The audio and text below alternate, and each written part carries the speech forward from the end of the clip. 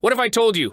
Clint Eastwood once walked out of a burning film set, literally engulfed in flames, and not only survived, but calmly led his team to safety without ever breaking character?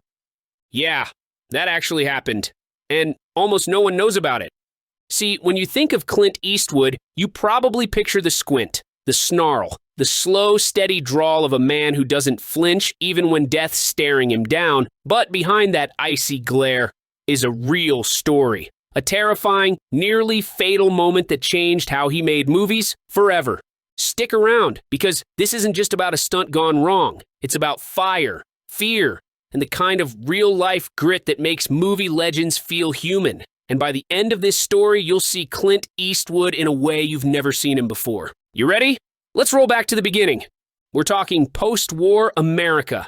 A young, lanky guy with a square jaw and a quiet swagger starts turning heads in Hollywood. First in spaghetti westerns like A Fistful of Dollars, then in action thrillers like Dirty Harry. But this wasn't just acting. Clint Eastwood didn't fake toughness, he lived it. He directed. He produced. He did his own stunts. And sometimes he took risks that no sane star would take. You ever wonder what happens when one of those risks turns into a full-blown life or death situation? Yeah, that's coming. But first, tell me, did you know Clint Eastwood once survived a real-life plane crash before he was even famous? That's just a taste of what's coming next.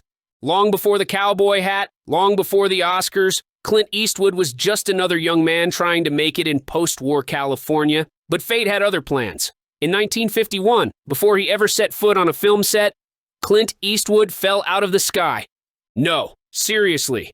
He was hitching a ride aboard a military plane, a Douglas AD bomber flying along the California coast. Routine trip, right?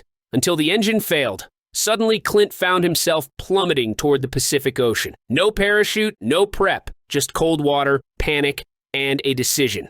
Swim. For miles. Clint Eastwood swam through shark-infested waters, freezing temperatures, and pitch darkness until he finally made it to shore. He was 21 years old. Think about that. Before his name ever appeared in movie credits, Clint Eastwood had already cheated death once. So when he later stood on a flaming movie set with fire erupting around him, this wasn't his first dance with danger. Now, fast forward 30 years. It's 1982. Clint Eastwood isn't just an actor anymore. He's a powerhouse director. He's making Firefox, a Cold War thriller that combines espionage with high-octane aircraft action. And in true Clint fashion, he decides to do something bold. A scene where he's inside a military plane. As it catches fire, not CGI, not green screen, real jet, real fire, real Clint. But something terrifying was about to go very wrong. Picture this, a sprawling hangar dressed to look like a Soviet airbase. Inside it, a full-sized fighter jet replica, custom built for the climax of Firefox. Cameras roll, lights blaze, and Clint Eastwood, actor, director, producer, is inside the cockpit. The scene? A daring escape from enemy territory. The jet needs to look like it's been hit, flames licking the fuselage, smoke billowing from the engine. It's the kind of gritty realism Clint insists on. No half measures, no fakes. If the jet's supposed to be on fire, then they'll actually set part of it on fire. Controlled burns. That's what the effects team called it. A carefully rigged system of pyrotechnics designed to shoot flames along a preset path. Safe. In theory. But fire doesn't follow scripts. Midway through the take, one of the ignition points malfunctions. Sparks leap into an area they were never supposed to touch. Within seconds, the flames are spreading. Fast, unscripted, uncontrolled. The jet's exterior starts to crackle and blacken. Plastic warps, metal hisses. And Clint, still inside the damn plane, the crew outside freezes, staring in horror as the fire engulfs the set. There's yelling, rushing, confusion. For a heartbeat, everyone assumes Eastwood's going to bolt out screaming, but that's not what happens. Instead, he opens the hatch, calmly climbs down, and starts directing traffic. Move that camera, clear that corner, everyone out now. No panic, no hesitation. It was like the fire didn't even exist to him. This is where most actors would run. Flames crawling up the walls, smoke choking the air, chaos erupting everywhere. But Clint Eastwood, he's not just standing his ground, he's leading. Think about this. The man is in his 50s. He's directing, starring, and producing a multi-million-dollar movie. And now, the set he built is quite literally burning down around him. And what does he do? He grabs a megaphone, spins toward his crew, and starts issuing orders like it's a military operation. You! Pull the cable out! Don't let it catch! Get that guy out of the light rig! Go! This wasn't a movie anymore. This was real. People could get hurt. Equipment worth hundreds of thousands could go up in smoke, and Clint Eastwood somehow kept his cool. But here's the kicker. His own escape route was cut off. The flames had spread toward the main exit, and that full-sized fighter jet, it was blocking the secondary route. Anyone else might have panicked. Clint, he climbed back into the jet. No joke. He actually crawled back up, popped the other hatch, and used the cockpit canopy to leap over the fire line, like a real-life action sequence straight out of his own film. The crew watched in disbelief. One moment, they thought he was trapped. The next, he was standing beside them, coughing smoke, but still giving instructions. You ever wonder why Clint Eastwood never felt the need to brag? Because stories like this speak louder than words. The fire was finally extinguished. No one was seriously hurt. But the set charred, blackened, thousands of dollars in damage. Production halted for days. And Clint, he didn't go home. He didn't demand a break. The very next morning, smoke still clinging to the air, Eastwood showed up on time with a cup of black coffee and a plan. That's the part people miss about him. It's not just the grit, it's the discipline, the obsession with getting it done. He wasn't chasing perfection, he was chasing truth. Raw, unpolished, sometimes dangerous truth. His crew? Shaken? Some had considered quitting, but when they saw him back on set, notebook in hand, already sketching out how to rebuild the scene, they stayed. Because leadership isn't loud. It doesn't always wear a cape. Sometimes it shows up covered in ash and says, "Let's finish what we started." And here's something wild. When reporters asked about the fire months later, you know what Clint said? "Things got a little hot. We adjusted." That's it. No drama, no boasting. Just that trademark squint and a shrug. You've got to ask yourself how many actors would have done the same. How many would have put the safety of their crew above their own? That moment wasn't just a footnote in Eastwood's career. It was a window into who he really was. And believe it or not, this wasn't even the first time fire had nearly killed him. Here's the eerie part. That Firefox set fire, it wasn't some isolated freak accident, because Clint Eastwood has this uncanny, almost cinematic history of surviving things that should have ended him. Let's rewind again, back to the early 70s, filming High Plains Drifter, one of his most haunting westerns. The town set was built from scratch in the middle of nowhere. Painted red, eerie as hell, meant to look like a ghost town on the edge of damnation. And how did Eastwood decide to end the film? He literally burns the entire set to the ground. And again, real fire. He didn't want special effects. He wanted the audience to feel the destruction. So, on the last day of shooting, they lit it up. Full inferno. And guess what? He directed the entire scene himself. From inside the blaze, riding a horse through smoke as buildings collapsed around him. No stuntman. No backup plan. You'd think someone who survived both a plane crash and multiple fire incidents would get a little more risk-averse. But that's the paradox of Clint Eastwood. It's not that he doesn't fear death. It's that he doesn't let fear tell him how to live. That mindset, it bleeds into every performance, every character. From the outlaw Josie Wales to Gran Torino, he plays men who walk through fire. Not because they want to, but because they must. And behind the camera, same deal. After Firefox, something subtle but powerful shifted in Clint Eastwood's approach to filmmaking. He didn't become more cautious. He became more deliberate. See, Clint wasn't just about adrenaline and danger. He was about control, and surviving a blaze that could have killed him, that didn't scare him off. It sharpened him. From then on, his sets ran like clockwork.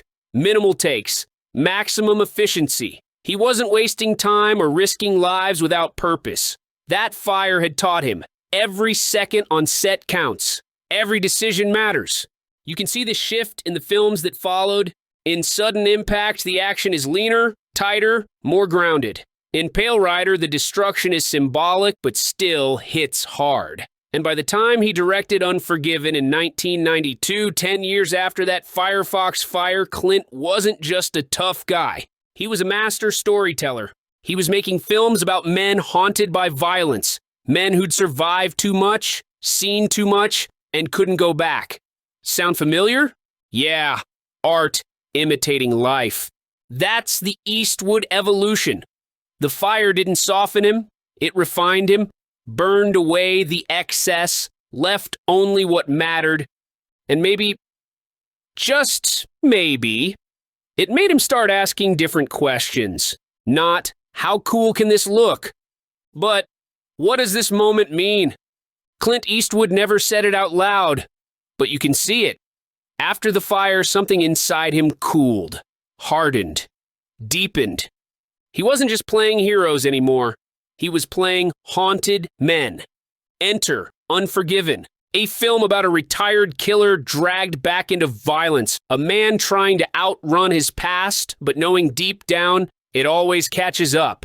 Sound like someone who's faced fire? Someone who's cheated death a few too many times? Exactly.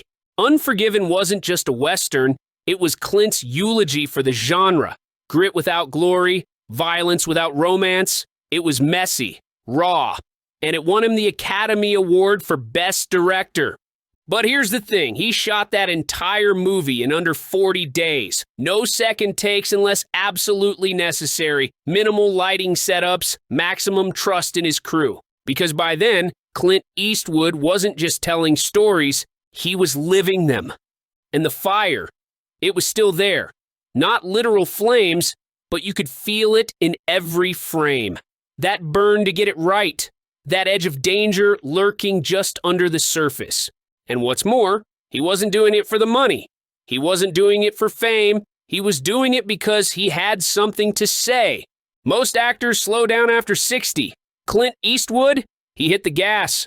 While other stars were dialing it in, Clint was directing, producing, and starring in films that tackled morality, mortality, and masculinity with brutal honesty. In $1 Million Baby, he plays a washed-up boxing coach haunted by failure and faith.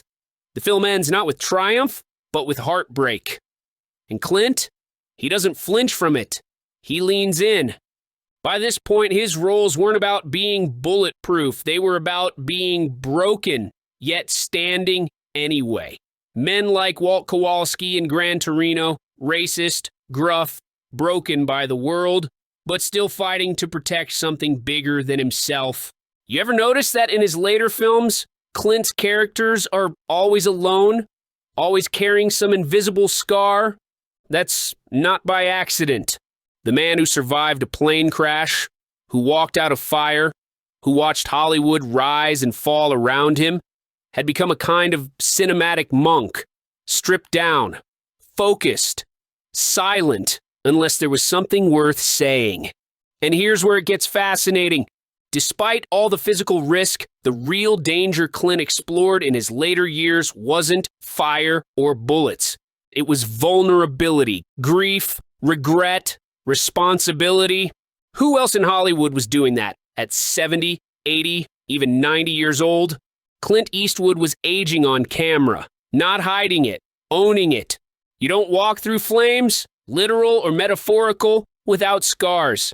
Clint Eastwood has always worn his wounds in silence, but if you watch closely, his later films start to whisper what he never said out loud. Take Gran Torino again. Walt Kowalski is a Korean War vet, gruff, alone, carrying guilt and rage that age can't wash away. He's not a hero in the Hollywood sense. He's a man trying to make peace with who he's been. Sound familiar?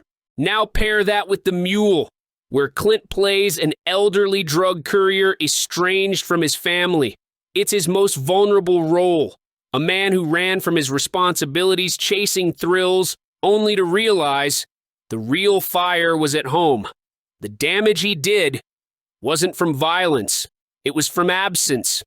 And it's hard not to see the personal thread here. Clint Eastwood, the icon of control, started exploring the price of not being there. For loved ones, for family, for himself. Maybe it was the cost of being the man who always ran toward danger. Maybe, after decades of survival, the only frontier left was forgiveness. And this emotional shift, it's what separates Eastwood from the rest. Other action stars age out. Clint Eastwood evolved into something more dangerous, more honest. A man who could show pain and not blink. And just like that fire on the Firefox set, he refused to be consumed by it. He used it. Every regret, every scar, every close call, fuel for the next story. For decades, Clint Eastwood defined the American tough guy. Silent, strong, deadly, the man with no name.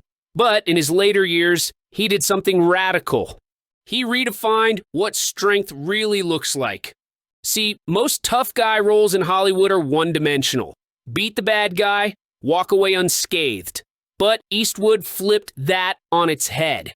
His characters were messy, flawed, conflicted, and that's what made them powerful. Because real masculinity, it's not invincibility. It's standing your ground when everything's falling apart, especially inside you. Look at Mystic River. He directed that one, not starring, just orchestrating the pain. It's a film about trauma, fatherhood, vengeance. There are no easy answers, no clean justice, just people drowning in what they've lost. Clint Eastwood told those stories because he'd lived parts of them. Think about it. Surviving a plane crash, walking out of a burning film set, weathering decades in an industry that chews people up. He knew what it meant to be tested. And instead of pretending it didn't hurt, he put the hurt on screen. That's why audiences trust him. Why his stories resonate. He's not lecturing. He's not posing. He's just saying, here's what it costs to be human. And when a guy like Eastwood says that, you listen. Here's a wild fact. Clint Eastwood never went to film school, never studied theory, never sat through classes about framing or lighting, and yet he became one of the most respected directors in the world. How? Instinct. While other directors were debating lenses, Eastwood was watching, learning, absorbing every moment on set during his early acting days. He was a sponge, soaking up what worked, what didn't, and most importantly, how to tell a story that felt real. And when he finally got behind the camera, he broke all the rules. Minimal takes, quiet sets, no shouting, no over-directing. He trusted actors. He moved fast because he believed if you know the moment's right, you don't need to do it 10 times. That discipline came from years of pressure, from knowing what it's like to have only seconds to decide, to survive. Like when that Firefox set caught fire and he had to act immediately, instinctively. That same muscle kicked in every time he yelled, "Action!" And maybe that's why his movies feel different. They're not polished to death. They breathe. They bleed. They leave space for things to go wrong, for moments to feel real. That's what made Million Dollar Baby so raw. What made Letters from Iwo Jima so haunting. What made American Sniper so conflicted. Clint Eastwood doesn't direct with formulas. He directs with gut. And in an industry obsessed with perfection, that's what makes his work unforgettable. Most Hollywood legends fade into myth, a few great roles, a couple iconic lines, and then silence. But Clint Eastwood, he never vanished. He echoed. Look around. His fingerprints are everywhere. Directors like Christopher Nolan, Denis Villeneuve, Catherine Bigelow, they all talk about economy, realism, tension, all trademarks of Eastwood's stripped-down style. And actors? They cite him not just for his toughness, but for his truthfulness. Bradley Cooper, after working with Clint on American Sniper, said, he doesn't direct. He just trusts you. That kind of respect doesn't come from hype. It comes from decades of authenticity. Even younger generations, kids who never saw the good, the bad, and the ugly, know the Eastwood archetype. It's in video games, in modern westerns, in post-apocalyptic heroes who barely speak but somehow say everything. And it's not just style, it's attitude. Do the work. Show up early. Don't complain. Don't quit when it gets hot, literally or otherwise. That's the Eastwood Code. And here's the real twist. The man who made a career out of being quiet, tough, and sometimes terrifying may have taught Hollywood one of its most gentle lessons. That strength doesn't mean noise. It means consistency, courage, and knowing who you are, especially when everything's on fire. Clint Eastwood has always been a mystery. No scandals shouted from rooftops, no tell-all interviews, just glimpses, rumors, whispers about the man behind the steely stare. And maybe that's the most Eastwood thing about him. Because while his characters are loud with violence, the real Clint, he's quiet, private, protective of the people around him. You probably didn't know he has 8 children from different relationships, and yet, despite the tabloid bait, he's kept his family out of the fire. Some of them act, some direct, some stay away from the spotlight entirely, but ask them about their father. They'll say he never pretended to be perfect, but he showed up when it counted. And that's the theme, right? Showing up, whether it's on a set that's literally on fire or for a family moment that doesn't make headlines. Clint's life is full of quiet, powerful presences. He doesn't post, doesn't beg for likes, doesn't explain himself, because he doesn't need to. The man who's played cowboys, cops, soldiers, and sinners lives like all of them at once, disciplined, complex, flawed, trying to get it right. And maybe that's what keeps us hooked. Not the fame, not the fire, but the realness. That somewhere behind all those shadows and smoke, there's a guy just trying to be better than he was yesterday. Most actors are done by 60. Directors retire by 70. Clint Eastwood, he directed Cry Macho at 91 years old. Think about that. In his 10th decade of life, while most people are worried about joint pain and doctor visits, Eastwood was wrangling horses, directing scenes, and starring as a lead. It's not about ego, it's about purpose. Clint Eastwood once said, "I don't let the old man in." And that wasn't just a cute line, it was a mantra, a refusal to bow out, a decision to keep doing what he loves, even if his hands shake or his knees ache. He wakes up early, still rides horses, still edits with the same intensity he had in the 70s. He doesn't slow down, not because he thinks he's invincible, but because he knows time is precious. That's the hidden wisdom behind his longevity. Clint Eastwood isn't chasing relevance. He's chasing meaning. Every story, every frame, every cut, done with intention, not for the box office, for the message. And somehow, the older he gets, the more powerful his stories become. Because who else is showing us what aging really looks like? Not the sanitized, Botox, polished version, but the real thing. Regret, wisdom, resilience, and yeah, maybe a little bit of defiance. He's not afraid of getting older. He's afraid of not making something that matters.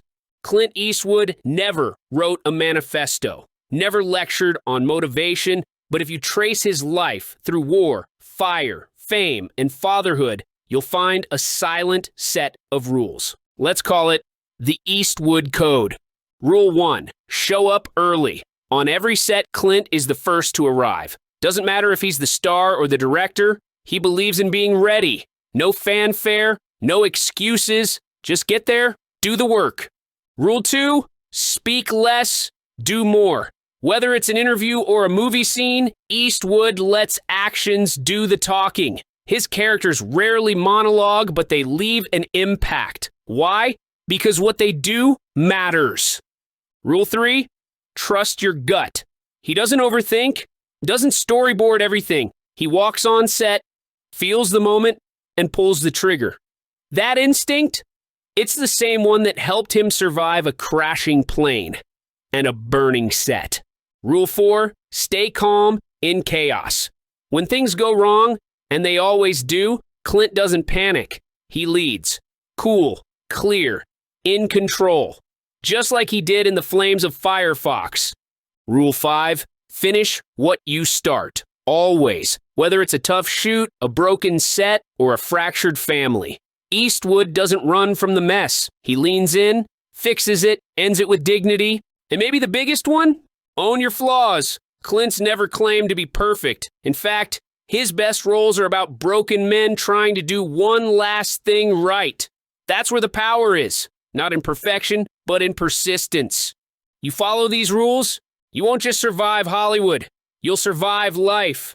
We don't watch Clint Eastwood movies just for the shootouts or the cool stares. We watch them because deep down, we want to believe we could be that strong too. That if the fire came, literal or not, we'd rise like he did. Calm, clear-headed, in control, even if we're terrified inside. Clint's story isn't just about Hollywood. It's about resilience. It's about surviving plane crashes, surviving aging, surviving failure, heartbreak, regret, and somehow turning every one of those blows into something worth watching. Because here's the truth. Most of us live in fear of change, of time, of not being enough. And then this 90-something cowboy walks into a frame and reminds us, you can be bruised and still be brave. You can burn and still keep building. You can be broken and still make something that matters. That's the Eastwood message. Not that life is easy, but that you can face it anyway. With grit, with grace, and yeah, maybe with a little squint and swagger.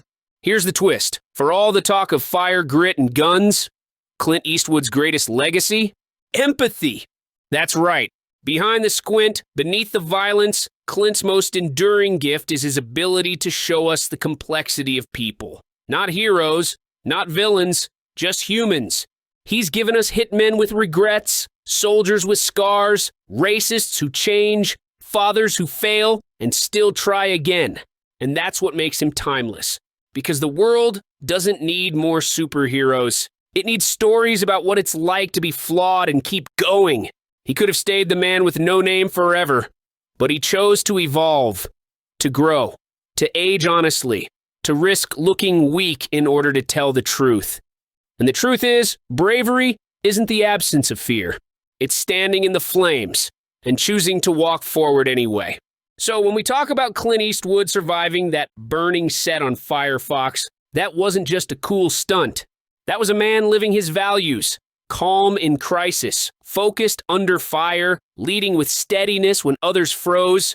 That scene wasn't just a moment, it was a metaphor for his entire life. So here we are. We've watched Clint Eastwood fight through a crashing plane, walk out of a burning set, and age with more defiance than most of us live our entire lives with. But this story, it's not about Clint Eastwood. It's about you, because somewhere in your life, there's a fire, a moment of chaos, a decision that has to be made. You may not be on a movie set, but you'll be in a moment where things are falling apart. And when that moment comes, think of Clint. Not the cowboy, not the cop, the man. The man who didn't wait for permission, who didn't panic when the flames rose, who didn't flinch when the path disappeared. He just moved. He acted, he led. Because the fire doesn't care about fear. It only respects movement. And so ask yourself, when the fire comes, who will you be? Clint Eastwood didn't escape that set by luck. He escaped because he'd trained his whole life to stay calm under pressure, to keep moving, to make every second count. That's the lesson. Don't wait to be ready now, because when your moment comes, you won't need special effects. You'll just need guts.